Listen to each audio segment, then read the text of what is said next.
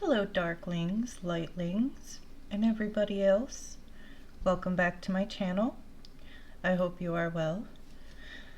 Lately, I have been getting some questions about working with demons or those type of entities, and working with fear and how can one overcome that. Well, I wanted to talk about that today to hopefully help some other people, and also I threw in a few tips while working with these entities.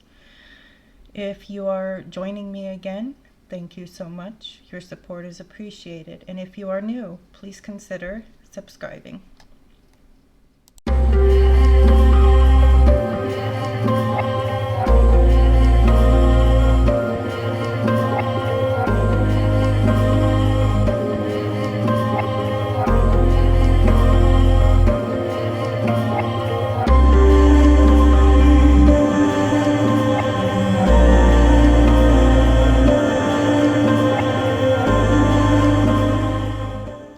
Alrighty, so tips for working with demons. Now, a lot of you know that I approach these entities in a unique way. My perception is a little different on what they are and what they are not.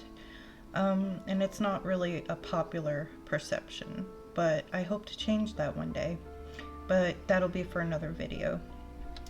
In this video, I want to give you a few pointers or tips if you're thinking about working with these entities, and things that I think could really help somebody that's kind of just starting out, things I discovered on my own. These are in my opinion, from my own experiences, and I hope it helps. So one of the first things I think is important for a practitioner, before even working with these entities, is deprogramming religious dogma and the fear. I feel like a lot of people's fear working with these entities is a lot of the religious programming that is all around us since the day we're born. We are told that these are just evil beings waiting in the corners, ready to snatch you up and ruin your life, take your soul, and you'll be damned forever, burning for eternity. Which, in my experience, I find is just ridiculous. These spirits are very ancient beings. They are higher dimensional beings, and they are so much more than what religious organizations would say they are. And a lot of them were deities in certain pantheons in ancient times. So yeah, one of the first things I would do is try to work on the religious programming. There are multiple deprogramming rituals people do, rituals of blasphemy. I personally did that one, and tore up a Bible, kind of like symbolically releasing yourself and liberating yourself from the religious dogma. So that can help one. Of course, when we're working with any entity, we all need to heed some of the shadow sides of magic or of the entity. But we'll talk about that too, and hopefully it'll help minimize some of your fear.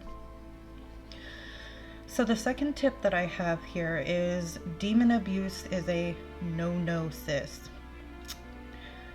A lot of practitioners modernly have come out, including myself, and discover that working with these entities in a non-threatening way, like not binding them to anything, not trying to trap them, we're not trying to threaten them with the Christian God.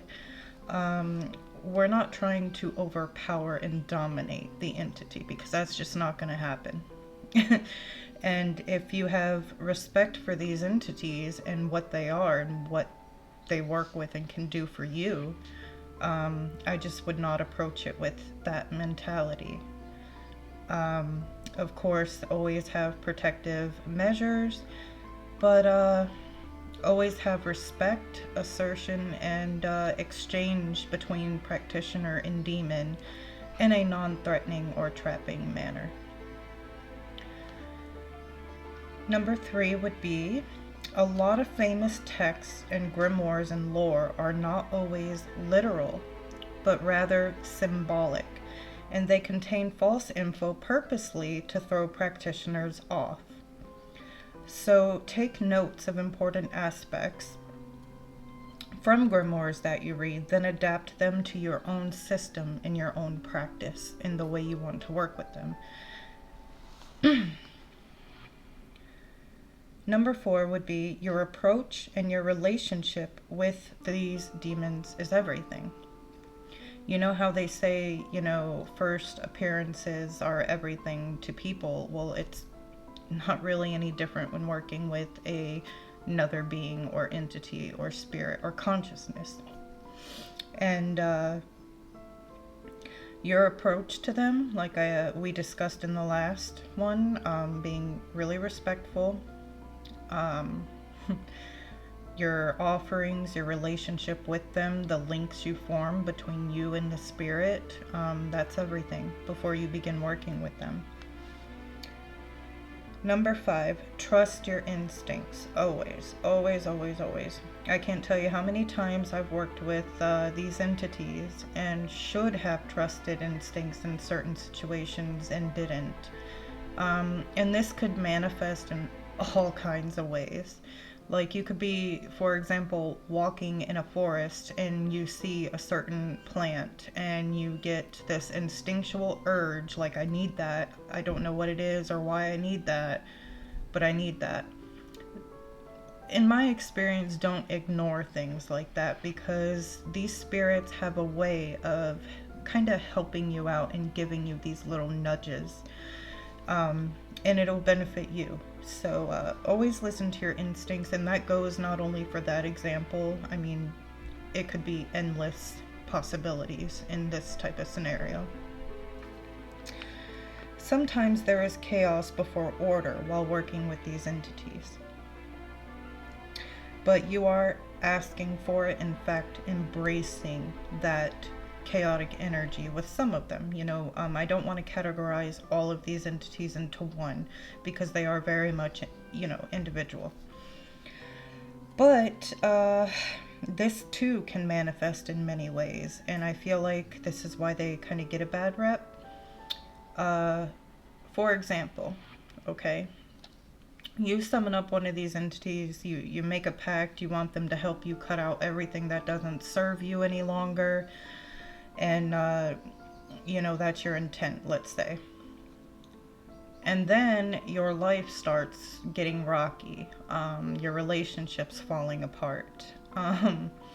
Friends you're losing and seeing things in them that you never seen before, and you don't like it. You're uncomfortable. It's really rocking you and your emotions and shaking up your life. So you're kind of panicking, going, what the hell? This is not what I asked for.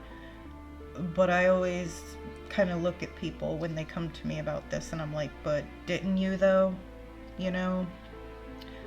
Perhaps that spirit and entity sees things that we don't always behind the scenes, and they will operate and manipulate things to benefit you, if you choose to look at it that way. Other people become fearful and don't really know how to take that and look at it as a negative aspect. However, I look at it as the spirits kind of just doing what you ask them to do. So just be warned about things like that, because I feel like that aspect kind of caught me off guard when I first started working with these entities. And there was a point, especially with Belial, man, where, shit just starts happening and you're going, holy fuck, what is going on in my life? I shouldn't have done this. But if you choose to see the bigger picture, you'll understand that that spirit is working toward your benefit. My next tip: understand your perception matters for the spirit's manifestation, along with the heart of the practitioner and the energy. A lot of your psyche a lot of your perception and how you view or deal with these entities is, in my experience, kind of how they'll manifest. What you have in your mind could potentially have the spirit manifest in that form or way. And of course, you could always ask the spirits to change their form. However, I wanted to throw that in there because I feel like some people are caught off guard by that aspect. The next tip, number 8. You are not working with Christian or Catholic evil spirits. I mean, you are by their text, but you're not. These are very ancient beings, higher dimensional, like I said. I mean, demigods or gods, if you will. Powerful entities. And the side of the spirit you invoke is from your intent. So an example would be, let's take Lilith. She has a few faces and quite a few names, right? And with that comes different sides of her. So you have to connect your energy and become familiar with the spirit's energy and perhaps multiple sides of their energies, and properly set up the incantations and evocations according to the side of her energy that you would be summoning and working with. So, the shadow side of Lilith, which Lamashtu, in that aspect, for example, or, Lilitu, many names, and there are different sides, different point of views and aspects of pretty much that energy's personality. And it's important to understand which side of that entity that you are invoking and working with. It's important to understand that these entities have, different sides, different faces to their personality as we do. We all have our shadow side. We all have our face we put on for the world. We all have these different aspects to us. Why would they be any different?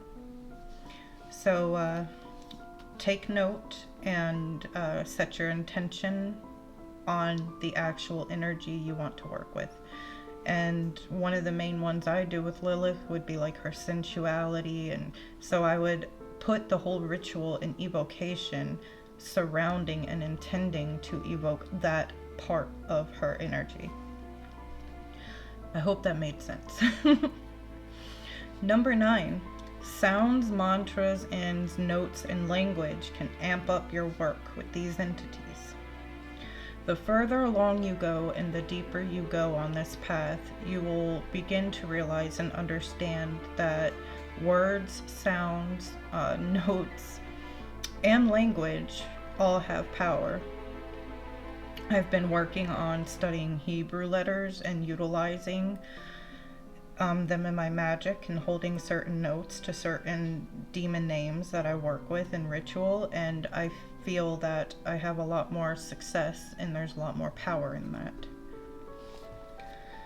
Number 10, study Mesopotamian, Babylonian, Islamic, and Egyptian pantheons especially. I mean, I encourage people to research all pantheons and make connections and correlations with these spirits. However, these specific ones tend to have the most lore and like aha moments for me when I'm researching and studying this, to kind of get to know these entities in a way. And again, not all of it should be taken so literal. A lot of it is symbolic, I feel. It's just deciphering through the bullshit and what resonates with you. Number 11, do not call on them just for the sake of calling on them. Don't go and try to summon them just to see if they're real. Always have a reason or an intention. You don't want to really waste their time. These are old beings that probably have a lot better things to do. So just do not call on them without a goal or an intention or a reason to call on them. Number 12, always see it through to the end. If you are doing a path working with them for a specific goal, if you are doing workings just to get to know them, if you are making a pact or you are doing a ritual, see it through to the end. Especially if you make a pact, make sure you carry that out. And do all you can on your side to make things happen, as well as while working with these spirits, because they can help all they want in, their point of view and their aspect and manipulation in our realm. However, we have to put the work in our material world to meet them halfway, to complete our goals.